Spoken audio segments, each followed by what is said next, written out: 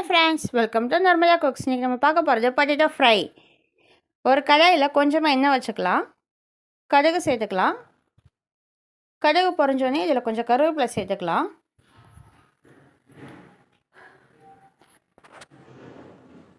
உருளைக்கிழங்கு எல்லாத்தையும் தோல் சீவி நீள நீளமாக ஃப்ரெஞ்ச் ஃப்ரைஸ் மாதிரி நம்ம நறுக்கி வச்சுருக்கோம்.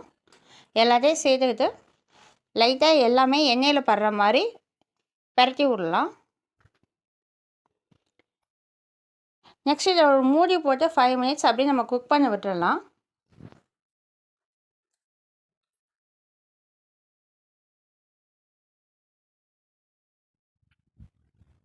இப்போ 5 மினிட்ஸ் ஆகிடுச்சு. நம்ம மூடியை திறந்தாச்சு. இப்போ மெதுவாக நல்லா நம்ம கிளறி விட்டுக்கலாம். ஒன்று உடையாமல் மெதுவாக கிளறி விடுங்க.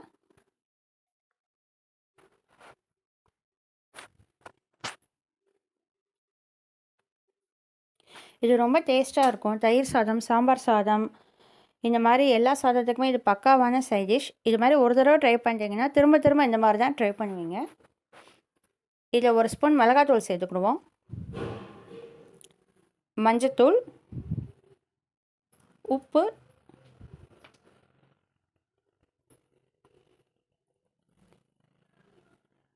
இப்போ எல்லாத்தையும் நம்ம மிக்ஸ் பண்ணலாம். உருளைக்கிழங்கு கிளறையில் மெதுவாக கிளறணும். ஏன்னா இப்போ ஆஃப் குக்காக இருக்குது. ஸோ உடையிறதுக்கு நிறைய சான்ஸ் இருக்குது. ஸோ மெதுவாக எல்லா பக்கமும் கிளறி விடலாம். உங்களுக்கு ஆயில் தேவைப்பட்டுச்சுன்னா இந்த சமயம் நீங்கள் சேர்த்துக்கலாம். நான் நான்ஸ்டிக் கடாயில் பண்ணுறேன். ஸோ எனக்கு ஆயில் கம்மியாக தேவைப்படுறேன். நீங்கள் நார்மல் கடாயில் பண்ணிங்கன்னா எண்ணெய் கொஞ்சம் அதிகமாகவே சேர்த்துக்கோங்க. இதுக்கு மேலே நம்ம க்ளோஸ் பண்ணக்கூடாது. ஓப்பன்லேயே தான் குக் பண்ணணும். அப்போ தான் நல்லா வரும்.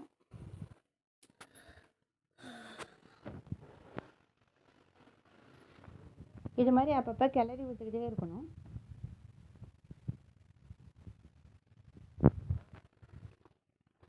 இந்த சமயம் நான் கலருக்காக கொஞ்சம் காஷ்மீர் மிளகாய் தூள் சேர்த்துக்கிறேன்.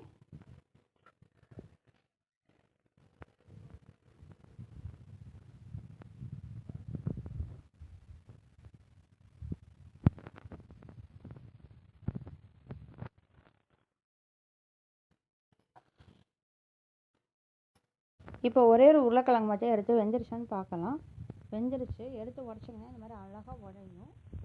இந்த மாதிரி சமயத்தில் நம்ம லைட்டாக மேலாப்பில் பெப்பர் தூவி லைட்டாக பரட்டி விட்டோம்னா போதும். சூப்பராக இருக்கும். அருமையான பெப்பர் ஃப்ரை ரெடி.